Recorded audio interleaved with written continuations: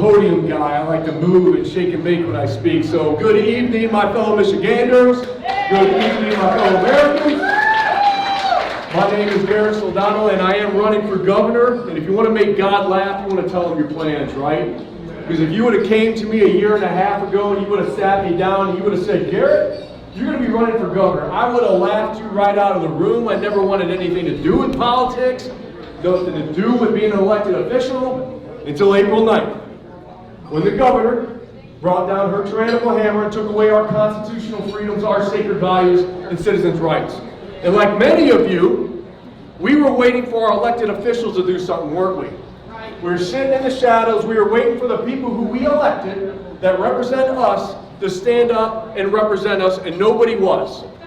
And so I started to get frustrated, and I said, you know what? I think I just need to get something off my chest, because the silent majority is no longer silent anymore, is it? And that's one thing that President Trump did for all of us, is you do not have to be a career politician to run for any level of office. All you have to do is love this country, love this flag, and always do what's right and be transparent. That's it.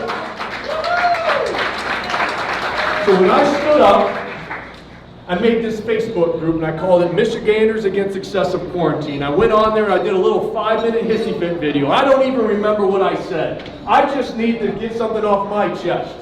And later on that night, I went home to my wife, and she said, what did you do? I said, well, I made a Facebook video. And she's like, why? I said, I had to get something off my chest. We looked that night, and there was 500 people. And I said, holy cow, there's 500 people that feel just like I do. And then that next morning, it was 5,000, and the next night, 100,000, and 200,000, and the third night, 300,000. I looked at my wife, and I said, what the hell did I do? Because there was a lot of people, a lot of engagement, a lot of frustration, a lot of anger. And a lot of people don't know this, but we started to get to work because what we had was a movement. And this movement was engaged, and this movement was passionate. So we put all these people to work. And we started doing what was called calls to action to our legislature, telling them to stop what? Stop the endless state of emergency. Because at that time, if you remember, it was to do what? It was to flatten the curve, wasn't it? So we didn't overwhelm the hospital system, which we all would agree with. But 2 weeks in, she stopped releasing the hospital data, which is kind of funny. Right before cold and flu season this year, they're going to fire what? 10, 15, 25% of their workforce? Because they don't want to take the vaccine, right? What do you think is going to happen to the hospital system? It's going to be overwhelmed, isn't it? So we're still living through the same clown show that has started over a year and a half ago, folks.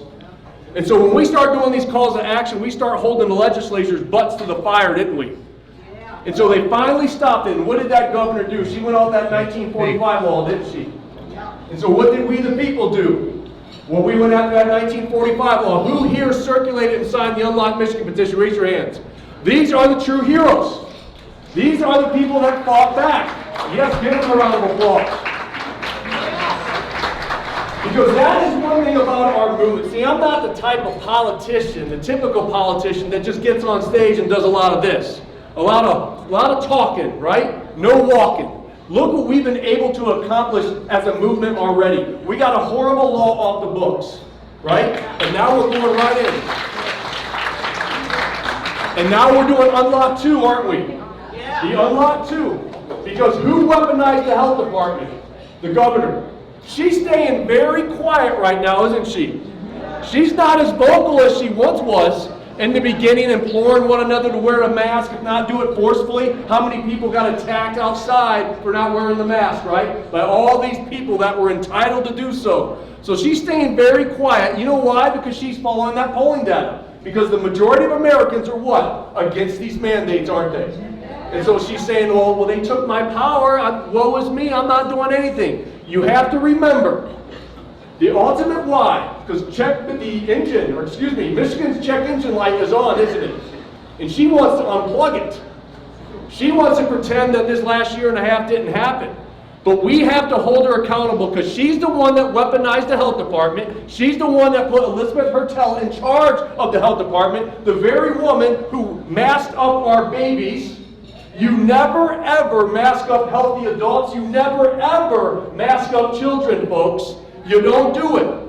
And this health department trickled down to what? The local health departments. And now the school boards are following who? The local health departments. But I tell you what do you see now that you haven't saw over a year and a half ago is mama bears and grandma bears are standing up, aren't they?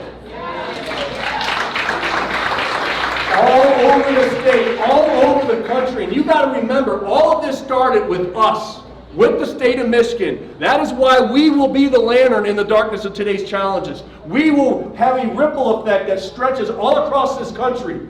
Because usually in an election cycle, if you're running for governor or any other type of office, you're only usually running off one or two policies, like fix the damn roads, right? And then they get elected. Michigan is in trouble. She's in trouble. It is a hot mess. It is a dumpster fire. There are so many things that we have to do. Number one, you do the gosh darn full forensic audit. Yeah. You have to do that.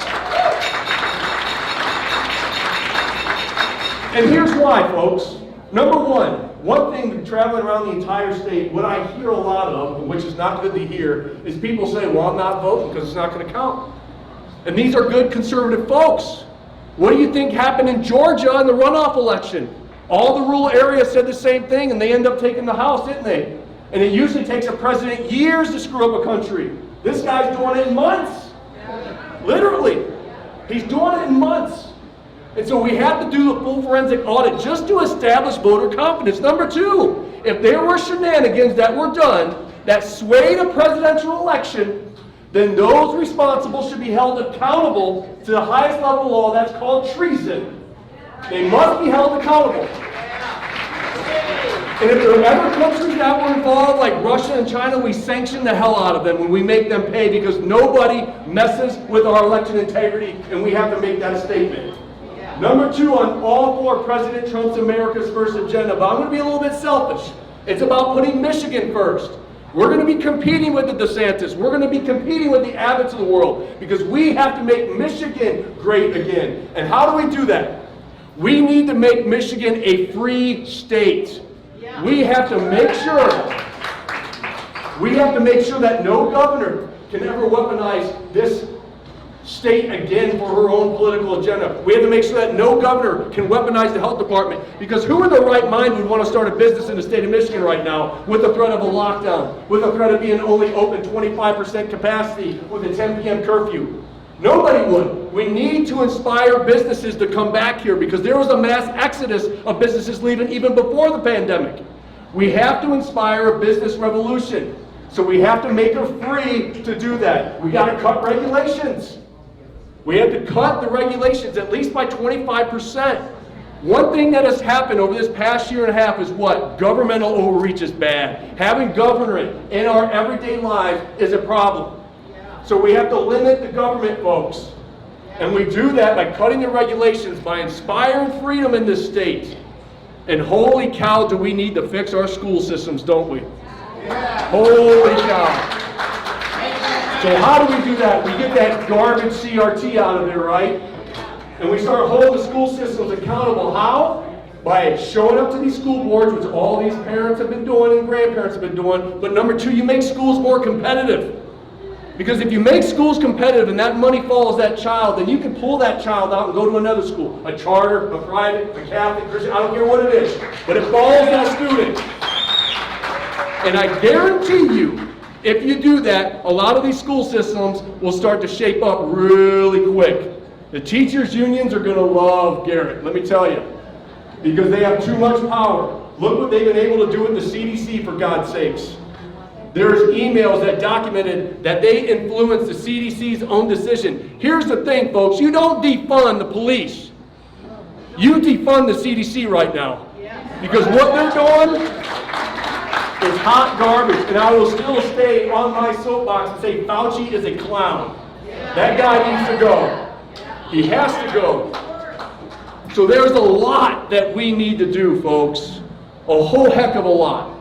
And it's going to take 2 terms. And it's going to even take probably longer than 2 terms. I can't get in there and just flip a switch. I need your help. We need to inspire the younger leaders behind us to pick up this torch. We've been off track in this country and how it's supposed to be ran as a republic for over 150 years. So when you get off course, what do you have to do? You got to get your butt back on course. And that's what I hope to bring to the table in the state of Michigan, is start this conversation back to where it belongs on how this country is supposed to be run, like a republic. So all of our aspirations take root, all of our legacies grow, and all of our family trees will flourish for generations to come. I'm Garrett Soldano, and I am your next governor.